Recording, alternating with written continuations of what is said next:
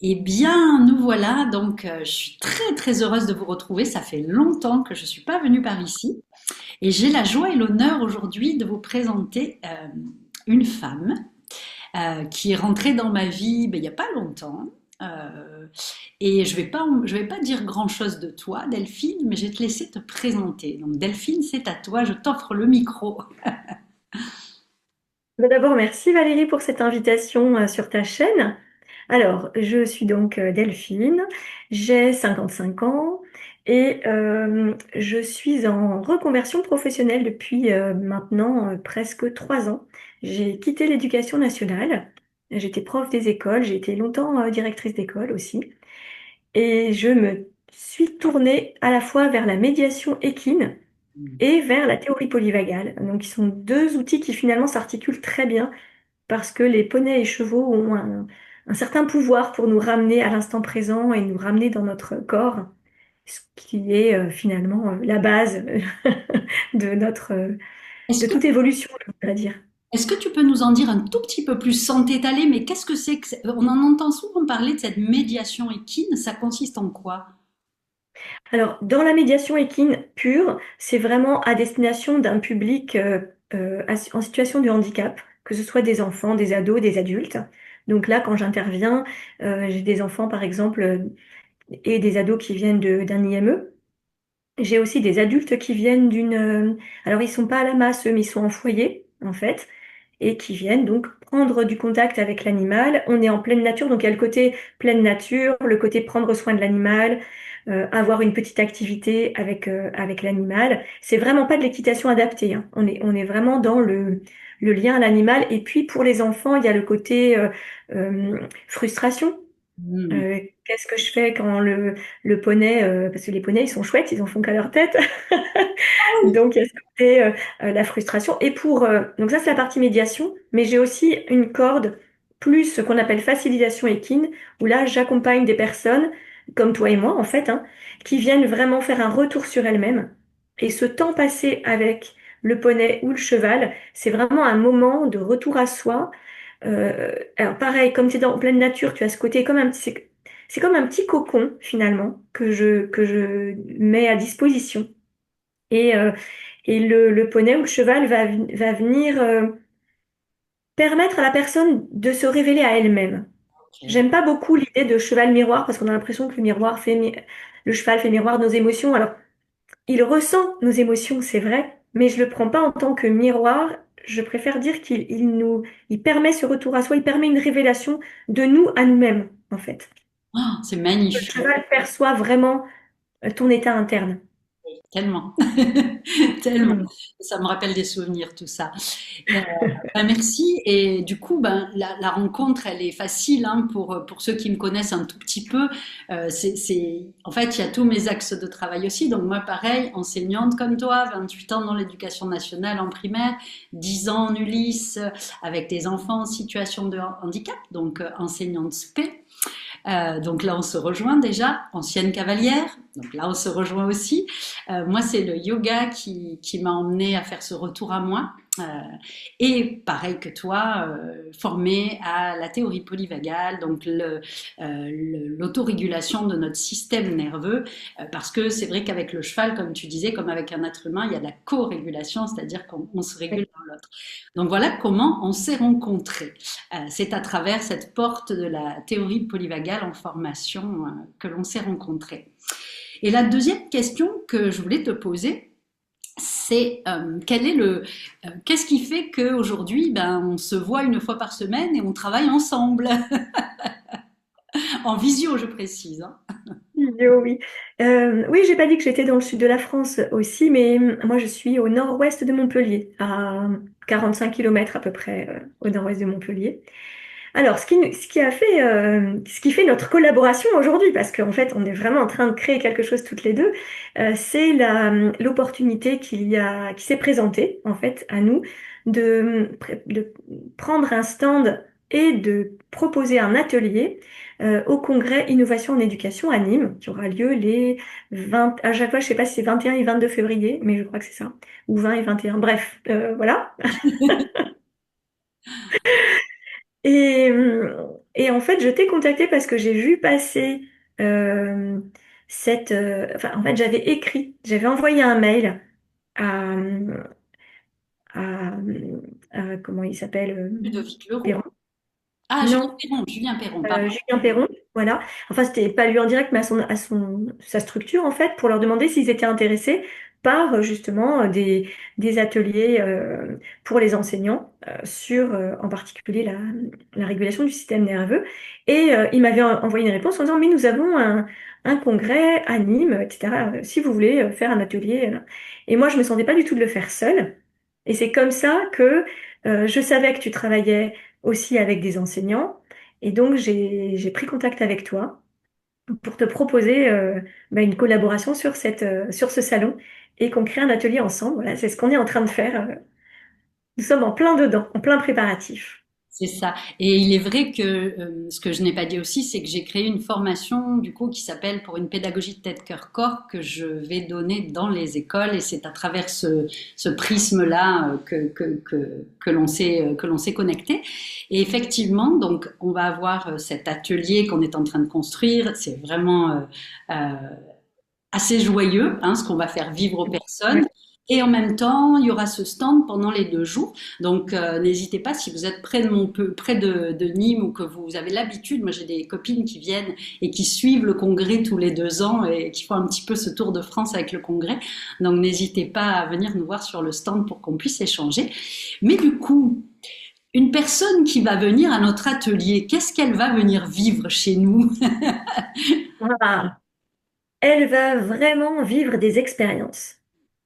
Je pense que c'est vraiment le plus important dans notre atelier, c'est qu'elle ressente dans son corps que c'est pas encore un truc, une injonction à faire ci, faire ça. On n'est pas du tout là-dedans, mais on est vraiment dans ressentir dans ton corps ce qui se passe et comment ça peut devenir pour toi un, un levier, en fait, pour modifier un certain nombre de choses.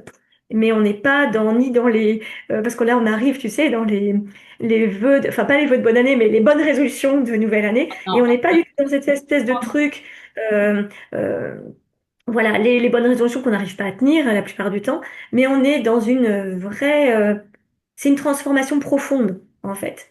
Alors dans l'atelier, elles vont juste goûter, ça va être un peu homéopathique, mais déjà je pense que ce premier test, cette première effluve, enfin voilà, qui va, c'est petites choses qu'elles vont toucher à l'intérieur et qu'elles vont ressentir à l'intérieur d'elles-mêmes, ça va, je pense, ouvrir des portes pour aller plus loin par la suite. Exactement, exactement. Et comme tu l'as dit, c'est vivre une expérience, pas d'injonction. Donc à travers ce système nerveux hein, qui souvent agit à travers nous, et souvent on est agi par notre système nerveux sans avoir trop de marge de manœuvre. Et quand on est face à 30 gamins dans une classe, il y a 30 systèmes nerveux en face de nous. Donc forcément, il y a des déclencheurs, il y a des moments euh, où on n'est plus, comme tu le disais avec le cheval, en présence. Et ça fait qu'il peut y avoir des dérapages, il peut y avoir des énormes fatigues, il peut y avoir tout ça par un vécu où on ne sait pas trop où on est. On n'a pas la carte, on n'a pas la boussole, on ne sait pas trop comment ça se Mm. passe à l'intérieur de nous. Donc là, c'est vrai que ce petit atelier, c'est juste, comme tu l'as dit, venir faire goûter à ça. Moi, je me souviens d'une enseignante qui m'a dit lors d'une formation, et c'est pareil, c'était un format de 6 heures, donc pas tellement... on n'a pas tellement la possibilité d'aller vraiment loin là-dedans.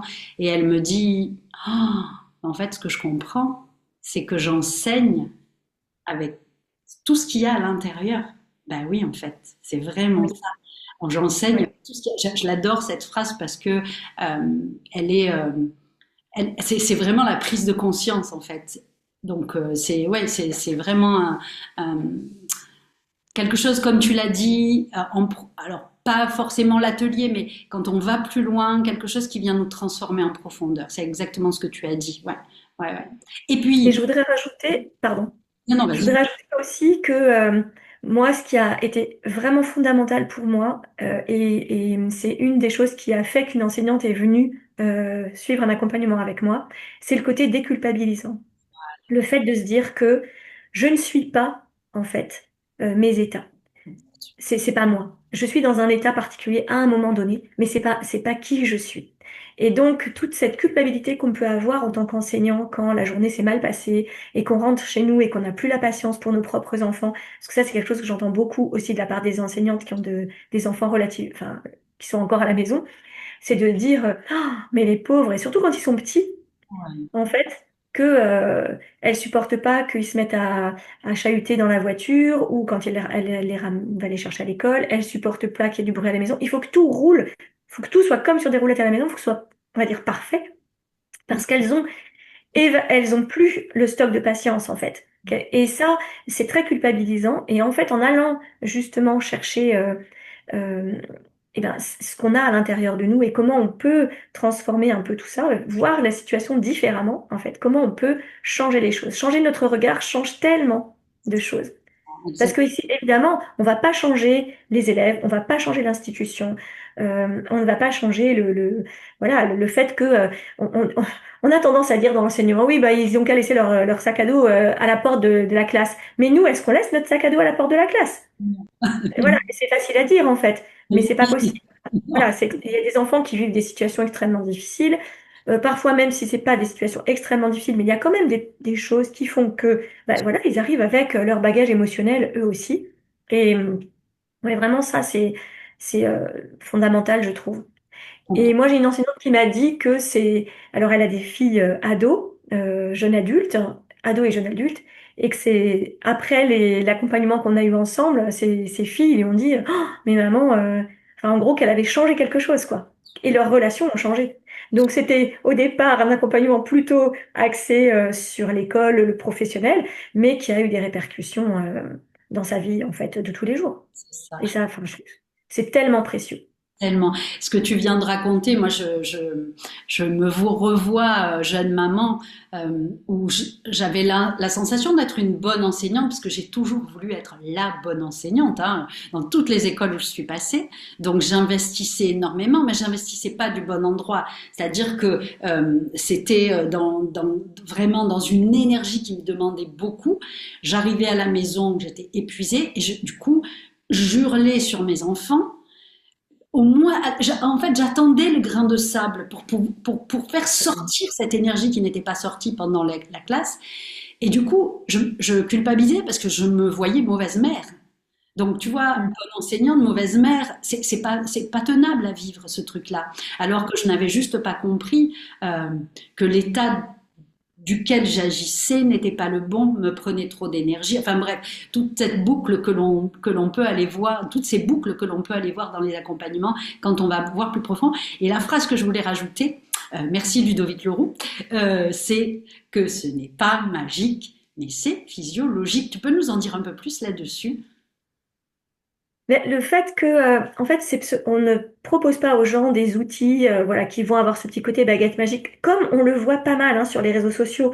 En 21 jours, vous êtes de nouveau le genre, tu sais, t'es super zen, t'es un maître, mais pas du tout. En fait, on est effectivement dirigé par notre physiologie, puisque notre système nerveux répond avant même que notre cerveau ait pris conscience.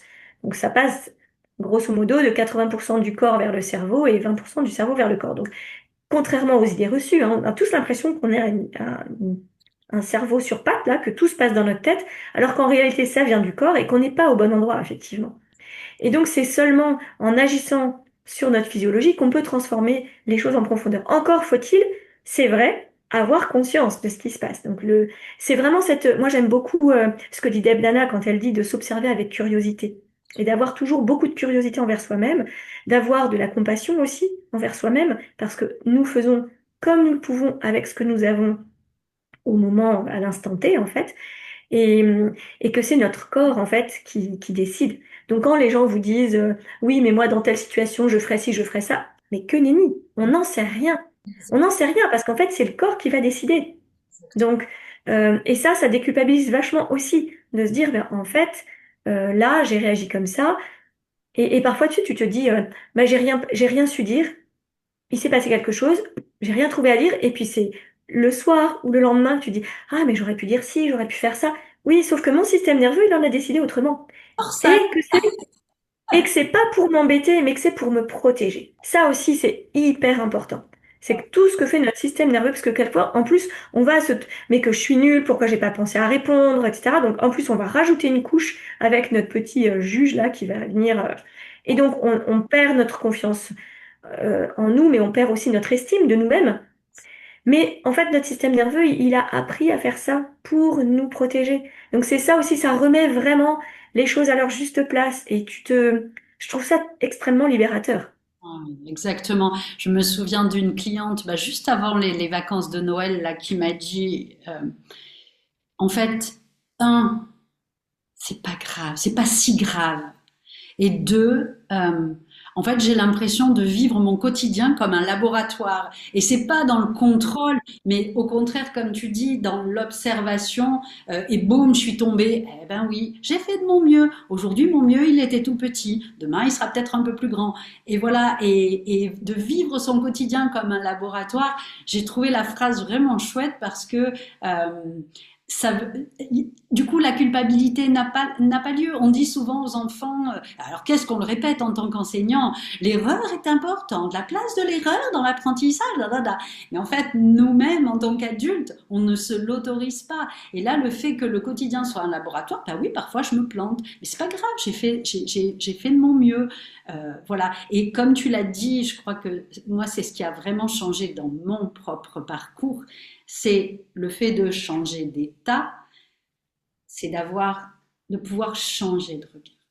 Moi, j'étais plutôt du genre à vouloir convaincre à tout prix, rester tu vois, toujours dans cette, oui, mais je vais te convaincre, tu vas venir avec moi, etc., etc. Je m'épuisais, puis la personne n'avait pas du tout envie, je faisais peur même parfois. Et là, le fait de changer d'état, de dire, ah bah tiens, déjà, ça permet l'empathie, de se mettre à la place de l'autre, et boum, je tourne mon regard, ah ouais, mais j'avais pas vu comme ça. Du coup, il y a du discernement, il y a plus d'espace, et c'est, ouais. Alors, c'est vrai que dans un petit Et atelier, on va pas voir tout ça, mais bien sûr, ça peut donner la petite flamme là qui donne envie d'aller plus loin, quoi. ouais, étincelle. Je trouve aussi que du point de vue relationnel, c'est extrêmement précieux parce que au lieu de voir, moi j'ai beaucoup apprécié ça aussi, ne plus être dans je juge le comportement de l'autre, mais je vois son état. Et ça a été un énorme changement. Parce qu'à partir du moment où je vois l'insécurité de l'autre, alors je peux agir sur moi. D'abord, déjà, c'est pas contre moi, c'est son système nerveux qui, qui est en sécurité, on va dire. Et moi, à ce moment-là, je peux revenir à moi et apporter juste par ma présence. Et j'ai pas besoin, comme tu dis, de convaincre ou quoi que ce soit, mais juste être là et faire savoir à l'autre que, bah écoute, en cas de besoin, en tout cas, je suis là. Et il n'y a plus ce jugement qui est tellement important. Parce qu'on a tous très peur d'être jugés. Exactement. Quand tu dis ces mots, là, je sens à l'intérieur de moi que ça relâche, ça fait du bien, rien que de les entendre. Et tu vois, même en allant dans la classe, pour revenir dans la classe, ou par rapport à ses propres enfants, quand on est parent, moi, j'ai été traitée de feignante, de fumiste. Il n'y a plus ces étiquettes. Il n'y a plus l'enfant violent. Il n'y a plus l'enfant feignant. Il y a plus. Non, il y a un enfant qui est juste pas dans le bon état parce que quand on est dans cet état de dorsale, on n'a plus accès à son néocortex. Donc, c'est pas qu'on est feignant, c'est qu'on peut pas apprendre. Le tonus musculaire, l'accès au cerveau est pas là. Donc, comment pouvons-nous apprendre? Et ce que tu Et dis, je pense que si tu reviens un peu en arrière, effectivement, dans notre scolarité, à combien de fois on s'est retrouvé complètement figé, hop, un petit garçon qui passe, complètement figé, parce que justement, la peur d'être interrogé. C'est pas normal, en fait, on ait cette peur d'être interrogé. Moi, je me souviens des les profs qui rendaient les copies, tu sais, en classant les copies, soit par ordre descendant, soit par ordre montant. Mais c'est horrible. Ou qui donnent les notes avec le petit commentaire assassin qui va avec. Quelle humiliation, en fait, tu ressens. Et donc après, ça, c'est des petites choses. Alors, euh, d'accord, c'est pas un trauma violent, enfin, parce qu'on met derrière le mot trauma, on met toujours des trucs énormes. De la forte maltraitance, les abus sexuels, tu vois, enfin, on met tout ça. Mais en réalité, ces petites choses-là qui se passent dans les classes, ce sont des traumas et qui s'ajoutent les uns aux autres, en fait, et qui nous marquent à vie. Et je pense et parfois, on n'en a même pas conscience parce qu'on enseigne comme on a été enseigné. Donc de prendre ce recul, et je veux pas culpabiliser du tout les enseignants par rapport à ça, parce qu'en fait, on n'y peut rien et on essaye de faire du mieux qu'on peut. En plus, bien souvent, on a cette volonté, tu vois, de, de faire bien, comme tu dis, d'être l'enseignant qui marque ses élèves, qui est... on a ce truc. Enfin, je pense que les enseignants, ils ont Ouais. c'est un métier de vocation, c'est un métier passion. Donc, on n'y va pas par hasard dans l'enseignement. Et pourtant, à un moment donné, on tombe dans cette espèce de cercle vicieux dans lequel on s'épuise, où on est usé, on est atteint par le système, on est euh, aussi, comme tu dis, on part pas du bon endroit au niveau de l'énergie, donc on s'use, on s'épuise, on épuise notre entourage, et puis on rentre dans ce cercle vicieux où on n'en peut plus, et on s'éteint. Et cette petite flamme qu'on avait pour enseigner, elle s'éteint. Et c'est ça, moi, enfin, mon objectif en tout cas, c'est de permettre aux enseignants de sortir de ce cercle vicieux, de pouvoir prendre ce recul, de pouvoir prendre soin d'eux en même temps qu'ils vont pouvoir prendre soin de leur classe et qu'ils retrouvent en fait un cercle vertueux dans lequel ils vont pouvoir, euh, et ça change, ils changeront pas. C'est ce que j'ai dit tout à l'heure, ils vont pas changer les élèves, ils vont pas changer, parce que ça, bah, tu fais avec ce que tu as en face de toi. En revanche, si je me change moi, si je change mon regard sur la situation, je peux amener quelque chose de tout à fait autre. Et ça, c'est un énorme pouvoir, en fait. Exactement. Et ça peut même être me mettre en arrêt parce que je suis au bord du rouleau, enfin, au bord de Oui, fatigue. Et ça peut être ça aussi, hein, voir la situation différemment. C'est passionnant. On pourrait en parler, ben, on en parle pendant des heures et des heures. Et ce que j'aime aussi avec toi, et c'est ce qu'on partage toutes les deux, c'est qu'on vient de là. Donc, c'est vrai que c'est l'expérientiel qui est en nous.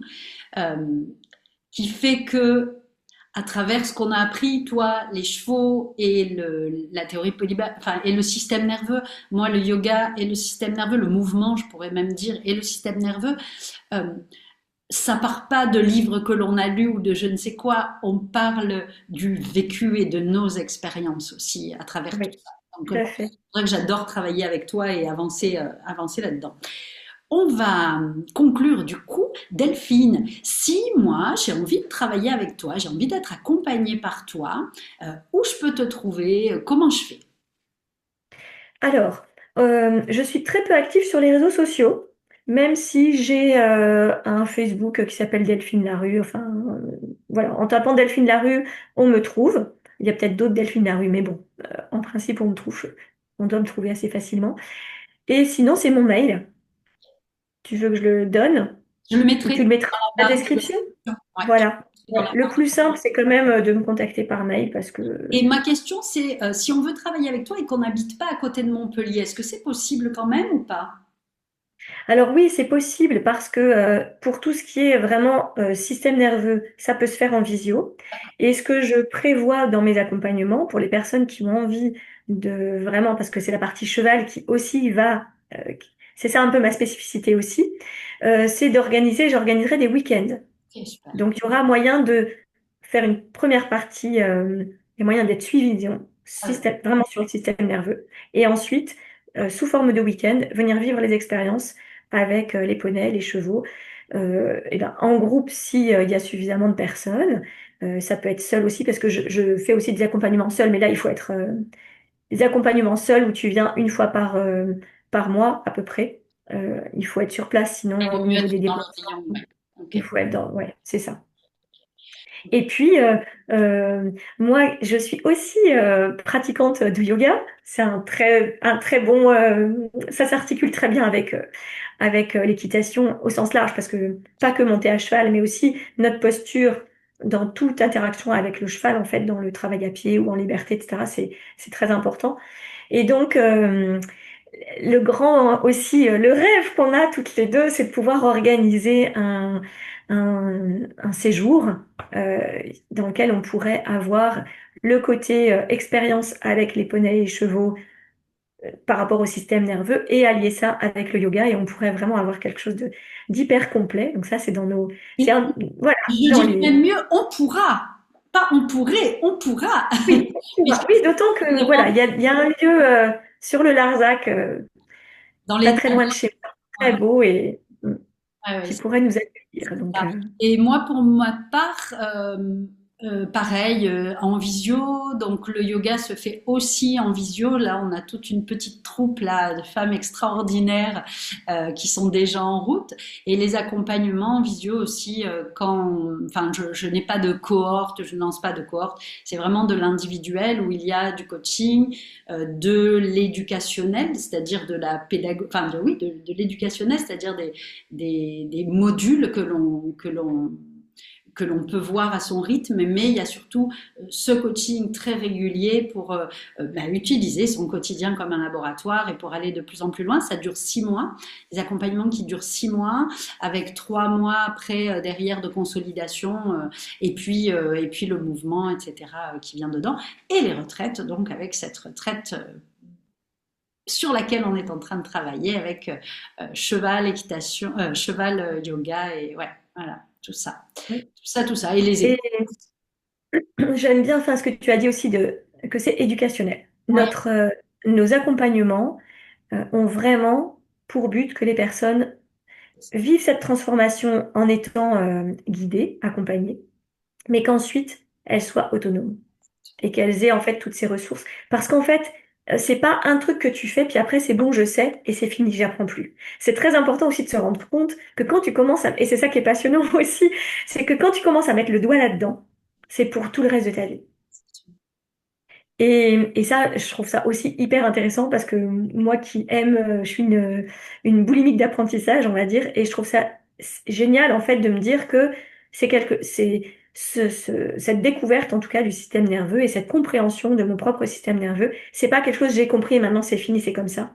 C'est comme tu disais, mon quotidien et mon laboratoire, donc c'est vraiment tous les jours et tous les jours de ma vie. Et la vie va m'apporter de toute façon tout à ce chaque dont tu stade as de besoin. notre vie, on a différents challenges, etc.